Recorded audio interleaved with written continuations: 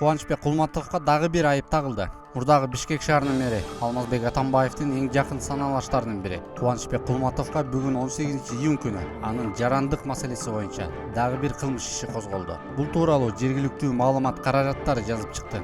Кылмыш иши Кылмыш жаза кодексинин 350-346 беренелеринин документтерди, мамлекеттик сыйлыктарды, штамптарды, мөөрлөрдү, бланктарды колго жасоо, даярдоо, сатуу же алардын жасалмаларын пайдалануу, мамлекеттик чек арадан мыйзамсыз өтүү негизинде 14-июнда козголгон. Бүгүн Бишкек шаардык соту Кубанычбек Кулматовдун баш коргоо чарасын карап, аны 28-июнга чейин камакта калтыруу боюнча райондук соттун чечимин күчүндө калтырды. Кулматовдун жарандыгы боюнча маселе мурда эле көтөрүлгөн, бирок тиешелүү органдар тарабынан көңүл бурулган эмес.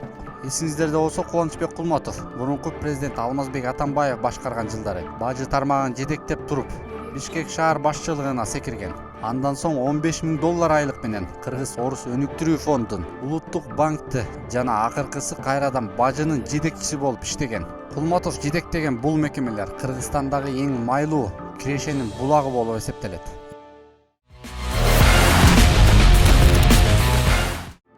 Эң көп акча уурдаган мекемелер. Азия News гезити эң көп акча уурдаган алдыңкы 3 мамлекеттик мекемени атады. Республикабыздагы кайсыл мамлекеттик мекемелерде акча көп уурдалат? Мындай суроо менен Жогорку кеңештин 13-июнундагы жыйынында депутат Дастан Бекешев кайрылды. Эсептөө палатасынын төрагасы Улукбек Марипов өлкөдөгү эң көп каражат уурдалган жана максатсыз коротулган мекемелерди санап берди. Каржылык тартип бузуу боюнча транспорт министрлиги 1-орунда турат. Андан кийинки орунду Бишкек мэриясы, бажы кызматы ээлейт, деди Марипов.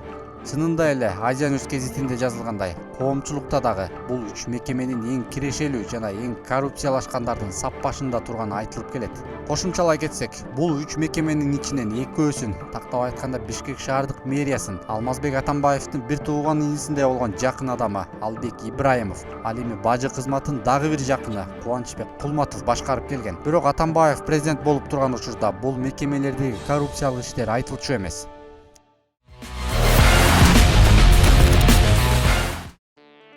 Ат башыда кутурма жуктургандар пайда болду. Нарын облусунун Ат башы райондук ооруканасында 16 адам кутурма оорусунан шек санап кайрылышкан. Алардын баары кутурмага каршы эмдөөдөн өтүштү. Бул тууралуу Турмуш басылмасында жазылган. Райондун Казыбек айылынын жашоочусунун арпа жайлоосундагы малына кутурма менен ооруган карышкыр тиш салган. Эми ал малды союуга катышкан адамдардын баары райондук ооруканадан дарылоодон өтүшүп, 37 жаштагы тургун ооруканада жатат.